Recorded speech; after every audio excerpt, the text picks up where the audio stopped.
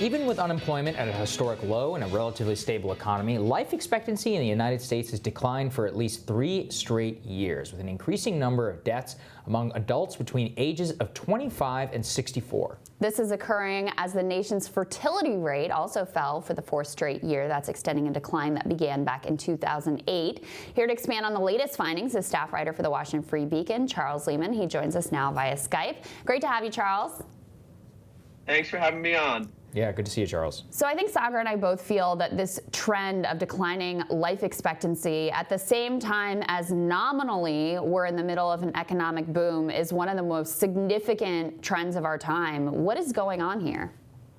Yeah, so I think that's absolutely correct, and it shows in sort of the big picture the way in which the benefits of that economic boom are really only starting to accrue to sort of certain subsets of the population. So the big picture number is we've seen since about 2014 through about 2017, we've seen declines in male life expectancy and in overall life expectancy in the United States. So life expectancy is basically the number of years that people expect to live at birth. And when you dig down in the data a little bit, what you find is that the United States is 60-something% non-Hispanic white, which means white people sort of broadly construed. And the declines in life expectancy are predominantly among that group, predominantly a function of increased deaths among middle-aged, blue-collar, or low educational attainment people, predominantly in the Midwest or in sort of not in the coastal regions of the United States. So the other, this, what I want to emphasize is that life expectancy decline in a first world Western democracy is a huge deal. The drop is not huge. It's, I think, 0.4 of a year, something like that. But the overwhelming trend across the OECD, across developed nations, is to see life expectancy to continue to tick up. And so it's a huge deal when life expectancy drops at all, and a major sign that something is wrong. Yeah, and I know, I want to give credit. Presidential candidate Andrew Yang has been one of the only ones who ever really talked about this. So, Charles, what can we owe much of this drop to? I know we look at drugs, suicides, but I also saw in that report that decline in manufacturing jobs in the Midwest, particularly I think in the Ohio River Valley, is almost directly correlated to this drop in life expectancy. So there's a complicated and hard to untangle web of causation going on there. It's certainly the case that declining employment, which is largely a function of deindustrialization, is itself connected to lots of other worse outcomes: greater risk of abusing painkillers, lower likelihood of marrying, lower social connection, greater risk of labor force dropout. And then all of those factors are in turn linked to things that lead to these deaths, which include chronic drug use or risk of suicide. And I think part of what's interesting about the story of who is causing this life expectancy decline, who's dying to drive down life expectancy, is people in the deindustrializing Midwest. It is predominantly former blue-collar workers who are sort of left behind by the rise of the college-educated dominance of the economy, that more and more people have moved up into the middle class and have moved up into the educational elite. But as that happens, the subset, the bottom 10% of the economy, educationally speaking, are worse and worse off. And I think that much of what drives this decline is the decline in opportunity for people in that subset of the population, which goes back to your original point.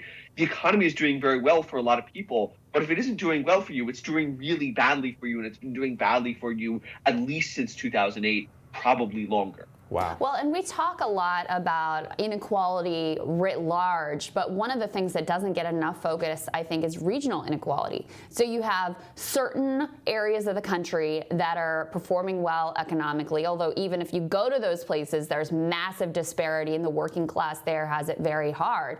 But there are massive parts of the country, probably a majority of the landmass of the country, that has been completely left out of the sort of new prosperity that has taken hold in these these certain urban centers. I mean, you see it in the amount of venture capital funding that goes to different places. You see it in the fact that so many counties, I believe a majority of counties in America, are facing population declines, which just shows you that the vitality of much of our country has been sucked out. And I think one thing that politicians really on both sides of the aisle have failed to understand is how important that community and sense of place is, that people don't all just want to pick up and move to New York or DC or San Francisco or LA, et cetera. Yeah, I think that's absolutely correct. And there's an important trend. Bill Bishop wrote a book about 10 years ago, great, in which he argues that basically the United States has, because moving has become much easier, because relocation has become much easier, we are sorting ourselves politically, that people are more politically homogenous than we used to be. And I think the same thing is true socioeconomically. If you have if capital concentrates in specific locales in New York City or San Francisco or Boston, if you have the means that are required to leave your home and go to where capital is concentrated, more often than not you will. But that means that everyone who is left behind is substantially worse off because they are deprived of both the social and fiscal capital that would come with you staying otherwise. So you get concentrated, not just pockets of poverty, but whole areas that are hollowed out by this outflow, by this brain drain, or by the outflow of both money and talent. Mm-hmm. And that's a self-reinforcing problem, because as areas get worse. Yeah, and Charles, another thing I wanted to talk with you about is at the same time the life expectancy is falling, the fertility rate has also hit an all-time low, I think, in 2018. Can you just talk about what are the top line findings that we've seen there, and how much of a precipitous drop is it? So I'm going to introduce a term that demographers use, which is total fertility rate, which is a fancy way of saying the number of kids that a woman can expect to have in her lifetime. Uh-huh. So right around the time of the baby boom, at the end of the baby boom, women expected to have about 2.48 kids. Back in the replacement rate, the number that we need to keep the population constant, is 2.1. Back about 2007, we were at 2.12. And now the CDC says that we've seen a steady drop to about 1.73. We are below the rate of births at which at which we are growing the population long term. That's the top line. I think the other interesting things that is going on there is that it's co-occurrent with a shift in people having kids later. So the number of teen moms has been declining, which most public health experts say is a good thing. But at the other end of the spectrum, in 2018, for the first time in sort of what the data indicate, in 2018, moms are more likely to be ages 30 to 34 than they are to be ages 25 to 29. And that's a big sort of indicator of the rightward shift in when people are having kids. And as people have kids later, they also end up having fewer kids. That's one of the major drivers. Right. Yeah. Now, two questions for you. One is, isn't this common among developed countries? As they become wealthier, doesn't fertility tend to decline? And second, why should we care? Because there's certainly plenty of immigrants who would like to come to the country who tend to have higher fertility rates. So why should this be of concern to people? So in general, in most developed countries, indeed across much of the world, unless there is a strong culture that encourages childbearing, fertility is approaching 1.7. It's a little bit lower in East Asia. It's a little bit higher in certain pockets of Europe. It's a little higher in Africa. But many countries are struggling with below replacement rate fertility. And there are two answers to the question of why we should care. One is from a sort of societal perspective. People are the thing that drives society. People are the thing that drives the economy, that creates social capital, that we are the most important resource for living in the human world. And babies, therefore, are incredibly important for social well-being. That means the stability of the welfare state, but it means the growth of the economy. But that's a very sort of, I think, mechanistic explanation. And the more compelling one, I find, comes from a guy named Lyman Stone, who's a demographer who I'm a big fan of. And Lyman has looked at survey data from moms across the world, and what he's found is that the women in the United States, but also in many other countries, are conspicuously undershooting the number of kids that they want to have. So on average, women want to have between 2 and 3 kids, and they're having between 1 and 2 kids.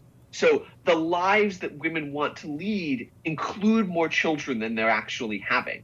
And that seems like a deprivation of the kind of lives that we want people to have the ability to have. It's also the case, by the way, just to address your last point, that immigrant rates of fertility are also converging to below replacement rates. There used to be really high Hispanic immigrant fertility, but especially as the immigrant composition has changed and as Mexico has become a more developed country, the rates of birth to immigrant parents are converging with rates to native-born parents. Wow, very interesting. Interesting stuff, Yeah. Charles. Thanks Thank so you, much for Charles. giving us some food for thought. Thanks for having me on. Of course, man. All right, next on Rising, the 2020 candidates have learned that flip-flopping on Medicare for All can very much hurt in the polls. Shocking. Former healthcare executive and current leader of the Medicare for All Now PAC, Wendell Potter, explains why universal healthcare is more popular than ever when Rising returns.